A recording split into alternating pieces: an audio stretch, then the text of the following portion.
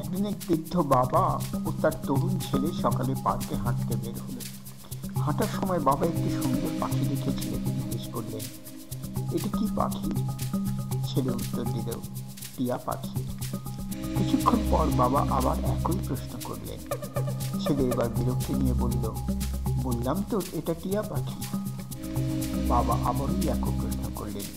এবার ছেলে রেগে গিয়ে বলল, তুমি কি পাগল হয়ে গেছো? একই প্রশ্ন কতবার করবে? বৃদ্ধ বাবা কোনো কথা না বলে ধীরে ধীরে উঠে গেলেন। কিছুক্ষণ পর তিনি একটি পুরনো ডায়েরি হাতে ফিরে এলেন এবং ছেলেকে পড়তে বললেন। ডায়েরির পাতায় লেখা ছিল, আজ আমার ছোট্ট ছেলেটি পার্কে হাঁটতে গিয়ে একটি টিয়া পাখি দেখে 26 বার জানতে চেয়েছে, বাবা এটা কি পাখি?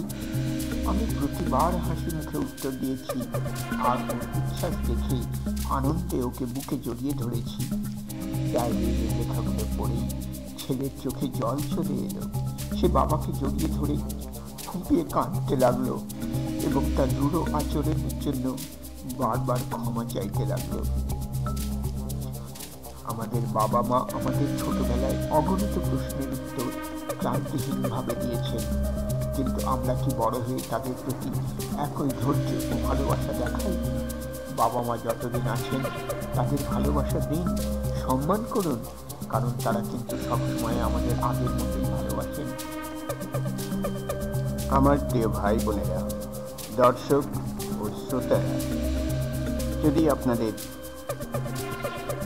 এই ভিডিওটি অনুগ্রাহী হয় তাহলে অনুরোধ করি আপনারা এই ইউটিউব চ্যানেলটিকে সাবস্ক্রাইব করবেন, লাইক শেয়ার কমেন্টে ভরিয়ে দেবেন এবং বিশেষ করে কমেন্ট করুন আপনাদের যদি কিছু বিশেষ প্রয়োজন থাকে, সেটিকে আমি আবৃত্তি করে দেব।